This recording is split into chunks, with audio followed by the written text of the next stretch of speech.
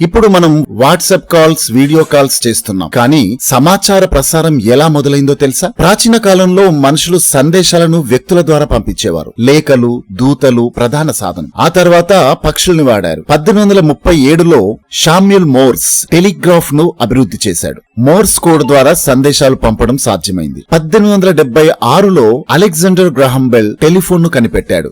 నేరుగా మాట్లాడుకునే యుగం ప్రారంభమైంది. ఇక 1895లో గుల్గెల్మో మార్కోని వైర్లెస్ కమ్యూనికేషన్ ను అభివృద్ధి చేశాడు. రేడియో ద్వారా సమాచారం చేరింది. 20వ శతాబ్దంలో టెలివిజన్, శాటిలైట్ కమ్యూనికేషన్స్ మొదలైనవి అభివృద్ధి చెందాయి. ప్రపంచం చాలా దగ్గరైంది. ఇక 1969లో ఆర్ఫానెట్ ప్రారంభమైంది. ఇది ఇంటర్నెట్ కు పునాది. ఇప్పుడు సోషల్ మీడియా, వీడియో కాల్స్, సెకన్లలో ప్రపంచంతో కనెక్ట్ అవుతున్నాం. లేఖల నుంచి లైవ్ కాల్స్ వరకు ఇదే సమాచార ప్రసార పరిణామ క్రమం.